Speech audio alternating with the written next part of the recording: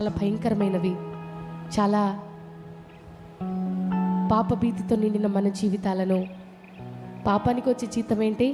మరణమే. ఎట్టకేలకు పాపము చేయడం ద్వారా వచ్చే పర్యవసనము మరణమే. అయితే ఆ మరణము నుండి దేవుడు మనల్ని బ్రతికిస్తున్నారు. ఏ విధంగా? ఈ వాక్యము ద్వారా. హల్లెలూయా. నీ వాక్యమే నన్ను బ్రతికించుచున్నది, నా బాధలో ఇదే నాకు. ఎప్పుడైనా దేవుని వాక్యం ద్వారా నెమ్మది పొందారా?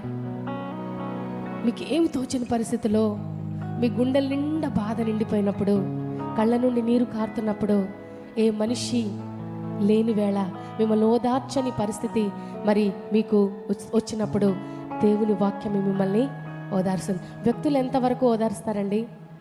మనుషులు ఓదారిస్తే అది తరగదు కదా. ఆ క్షణం మాత్రమే, ఆ పూటకు మాత్రమే, ఆ గడియలోనే కన్నీళ్లు తుడిచి వెళ్ళిపోవచ్చు తాత్కాలికముగా. కానీ దేవుని వాక్యము మనకు శాశ్వతమైన నెమ్మదినిస్తుంది. హల్లెలూయా. శాశ్వతంగా మనకు